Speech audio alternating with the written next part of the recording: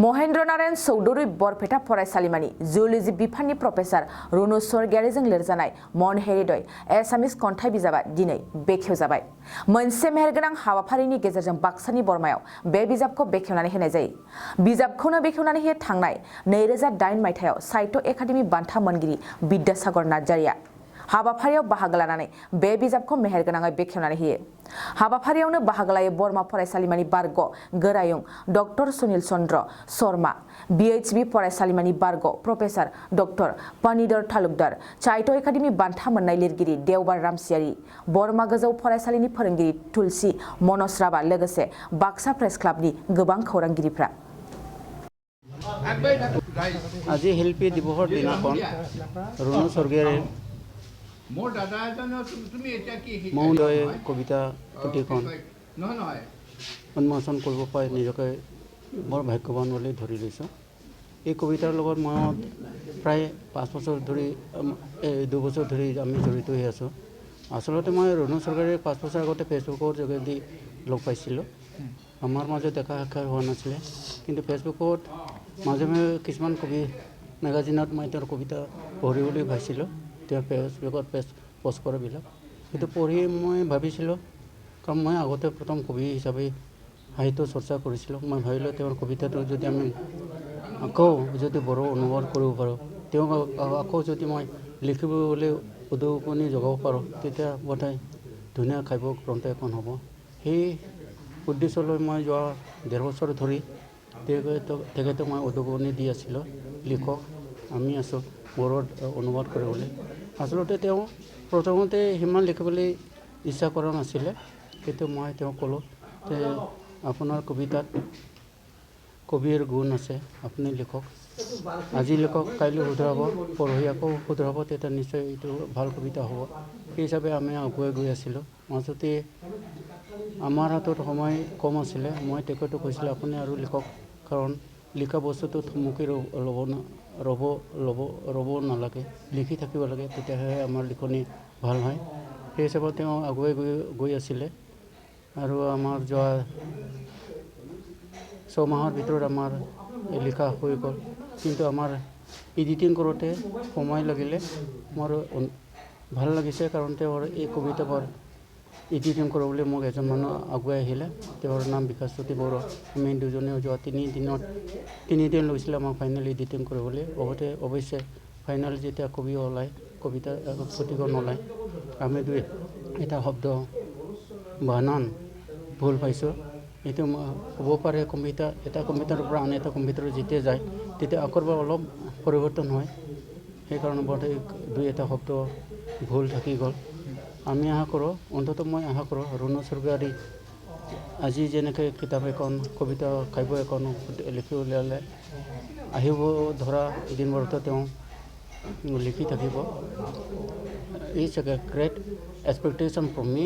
I hope Renu Surgayari, who is professor at MC College, will continue to write poems. Not only poems, research type books, also some stories. I know she has capacity to write. Only she feels that she cannot. She needs our support. I think you all will support her. Sir will support. I will be always there if she needs help from me. I will always advise her to continue the writing habit. Let her be a famous writer among the Bodo ladies, writing in Assamese, even though she does not know how to write in Bodo. নিশ্চয় এইটো আচলতে অত্যন্ত ভাল খবৰ, কাৰণ সাধাৰণতে এটা সমালোচনা হৈ থাকে যে আমাৰ নতুন যিচাম আমাৰ যুৱক যুৱতী আছে, তেওঁলোকে হয়তো সাহিত্য চৰ্চাৰ প্ৰতি বৰ বেছি আগ্ৰহী নহয়। আমাৰ যিসকল পুৰণা চামৰ আমাৰ পৰিচিত লেখক লেখিকা সাহিত্যিক, তেওঁলোকৰ পিছত যেন আমাৰ সাহিত্য স্তব্ধ হৈছে, এনেকুৱা ধৰণৰ এটা অভিযোগ সাধাৰণতে আমি শুনিবলৈ পাওঁ। আমাৰ মিডিয়া হাউচবিলাকতো কিছুমান সমালোচক এনেকুৱা ধৰণৰ কথাবিলাক কোৱা আমি শুনিছোঁ। কিন্তু আমি লক্ষ্য কৰিছোঁ যে এইটো আচলতে সৰ্বাংশে সত্য নহয়। কাৰণ বিভিন্ন অঞ্চলত আমি যদি বৰমাকে আমি উদাহৰণ হিচাপে লওঁ, এতিয়া আমি দেখিম যে বিগত 2 বছৰত আমাৰ বৰমা অঞ্চলৰ কেইবাগৰাকীও আমাৰ উদ্যোগী যুৱক যুৱতীয়ে সাহিত্য চৰ্চা কৰি অকল সমাজলৈ অৰিহণা আগবঢ়োৱাই নহয়, তেওঁলোকে আচলতে ৰাষ্ট্ৰীয় পৰ্যায়ৰ বঁটা লাভ কৰিবলৈকো তেওঁলোকে সক্ষম হৈছে সাহিত্য একাডেমী বঁটা লাভ কৰিছে আপোনালোক সকলোৱে জানে কেইবাগৰাকী কবিতাৰ ক্ষেত্ৰতেই হওক বা অনুবাদ কবিতাৰ ক্ষেত্ৰতেই হওক বিভিন্ন ক্ষেত্ৰত আমাৰ সাহিত্য একাডেমী বঁটা লাভ কৰিছে গতিকে তেনেকুৱা ক্ষেত্ৰত আমি আজি ৰুণু স্বৰ্গীয়াৰীৰ যিখন কাব্য সংকলন মৌন হৃদয় এইখনৰ আজি এই ভাস্কাৰ ক্লাবৰ উদ্যোগত যি উন্মোচনী অনুষ্ঠান হ'ল তাত আমি ইয়াত উপস্থিত থাকিবলৈ পাই আমি নিজকে বৰ গৌৰৱ অনুভৱ কৰিছোঁ আৰু আমি তেওঁৰ কবিতাবিলাক আমি অধ্যয়ন কৰাৰ সুযোগো আমি লাভ কৰিছোঁ দুদিন পূৰ্বে আৰু আমি কবিতাবিলাকত দেখিছোঁ যে আধুনিক কবিতাৰ ক্ষেত্ৰত থাকিবলগীয়া প্ৰায়বোৰ লক্ষণেই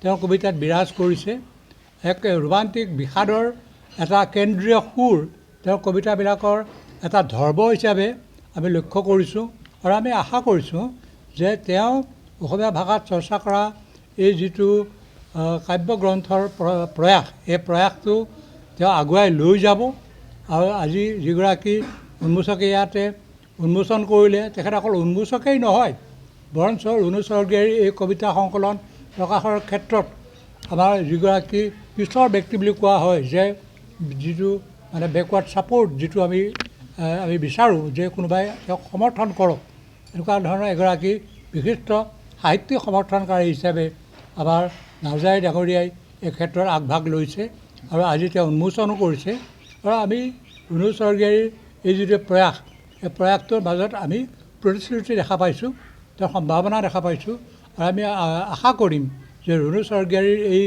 যিটো সাহিত্যৰ যাত্ৰা এই যাত্ৰা অব্যাহত থাকক আপোনালোক সকলোৱে যি উদ্যোগ লৈছে তাৰ বাবে আমি আপোনালোককো ধন্যবাদ জনাইছোঁ কাৰণ আজিকালি মিডিয়াৰ সহযোগ অবিহনে কিছুমান ক্ষেত্ৰত প্ৰকাশৰ ক্ষেত্ৰত যথেষ্ট অসুবিধাৰ সৃষ্টি হয় গতিকে আপোনালোকে এই ক্ষেত্ৰত যি সহযোগিতা আগবঢ়াইছে তাৰ বাবে আপোনালোক নিশ্চয় ধন্যবাদৰ পাত্ৰ আমি ধন্যবাদ জনাইছোঁ আৰু ৰুণু স্বৰ্গীয়াৰীক আমাৰ আন্তৰিক শুভেচ্ছা আৰু আশীৰ্বাদ যাচিছোঁ ধন্যবাদ অতিপাত আনন্দিত মই ভাবোঁ যে অন্য বেলেগ কাম কৰাতকৈ যদি এটা অঞ্চলৰ এখন গ্ৰন্থ উন্মোচন হয় লাগিলে গ্ৰন্থখন সৰুৱে হওক বা ডাঙৰেই হওক কিন্তু এই গ্ৰন্থখন উন্মোচন হোৱাটো এটা ঐতিহাসিক দিন আমাৰ বৰমাৰ বাবে আজি ঐতিহাসিক দিন বুলি মই ঘোষণা কৰিছোঁ অন্য হয়তো বহুত কাম কৰে বহুতৰ কৃতকাৰ্যতা হয় বহুত কেতিয়াবা পৰীক্ষাত ভাল ৰিজাল্ট কৰে কেতিয়াবা হয়তো ডাঙৰ কিবা সাংঘাতিক ধৰণৰ আৰ্থিক কাম কৰে অন্যান্য কাম কৰে সামাজিক কাম কৰে কিন্তু মই ভাবিছোঁ যে এখন গ্ৰন্থ লাগিলে সৰুৱে হওক বা ডাঙৰে হওক এখন গ্ৰন্থ উন্মোচন কৰাটোৱে আটাইতকৈ ডাঙৰ কাম আৰু সেইটোৱে মই অনুভৱ কৰিছোঁ বৰমাবাসী হিচাপে আৰু মই ৰুণুক ধন্যবাদ জ্ঞাপন কৰিছোঁ তেওঁ অসমীয়া ভাষাৰ মাধ্যমেৰে এখন কবিতা লিখি মাথোন এটা মোৰ সৰুকৈ আহ্বান আছে তেওঁৰ প্ৰতি সেই আহ্বানটো হ'ল যে আপোনালোকে জানেই সকলোৱে যে সাহিত্য কেৱল সাহিত্যৰ কাৰণে নহয় ৰুণুৱে নিশ্চিতভাৱে তেওঁৰ মনৰ যি ভাৱ অনুভূতি মনৰ সুখ দুখ আশা আকাংক্ষা এইবিলাকেই তেওঁৰ কবিতাৰ মাধ্যমেৰে প্ৰকাশ কৰিছে মই ভালকৈ পঢ়া নাই আমি পঢ়িম কিন্তু লগে লগে আৰু এটা আজি আহ্বান নতুন লেখিকা তেওঁ একেবাৰে যুৱ প্ৰজন্মৰ নতুন লেখিকা তেওঁৰ প্ৰতি আহ্বান মোৰ মাত্ৰ এটা মই এজন অলপ বয়োজ্যেষ্ঠ অৱসৰী শিক্ষক হিচাপে এটাই আহ্বান যে সাহিত্য কেৱল সাহিত্যৰ কাৰণে সাহিত্য নহয় সাহিত্য হ'ল সমাজৰ কাৰণে আৰু মই ভাবোঁ ৰুণুৰ প্ৰতিটা কবিতাই সমাজ পৰিৱৰ্তনৰ বাবে সমাজৰ মংগলৰ বাবে সমাজৰ কল্যাণৰ বাবে যুৱ মানসিকতাৰ উত্তৰণৰ বাবে কিবা নহয় কিবা এটা মেছেজ থাকক এইটো মই আহ্বান জনাইছোঁ তেওঁক কাৰণ মাথোন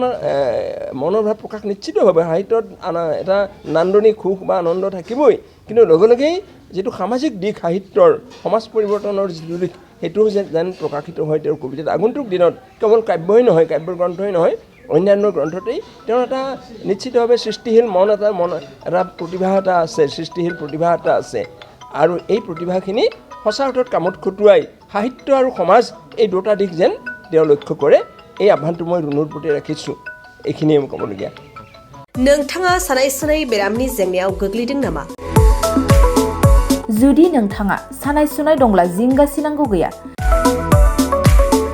चिरां जिल्लानि बेंटल गेट साफागुरियाव दायो एसआइ निउर' थेरापि सेन्टार दंसै बे थेरापि सेन्टाराव नोंथाङा गोरलैयैनो देहानि सानाय सुनायखौ फाहामथाय लानो हागोन बे आथिं सानायानो जाग्रोदों ओमफ्राय जानाया एसे सिगांनिफ्रायनो जाखादों ओमफ्राय बिदिनो गुबुन गुबुन मुलि जाबाबायदों ओमफ्राय हामाखै दिनैनि ट्रिटमेन्टआ नङा आङो एसे मोजां मोनसिनबाय जेरै सिं सानाय आफादावरि सानाय मोदोम जरा सानाय आइजोफोरनि जेंना खर' सानाय बायदि बेरामखौ फाहामनाय जायो। लोगोसेयैनो बे सेन्टाराव थानानै फाहामथाय लानो हानायनिबो सुबिदा खालामदों।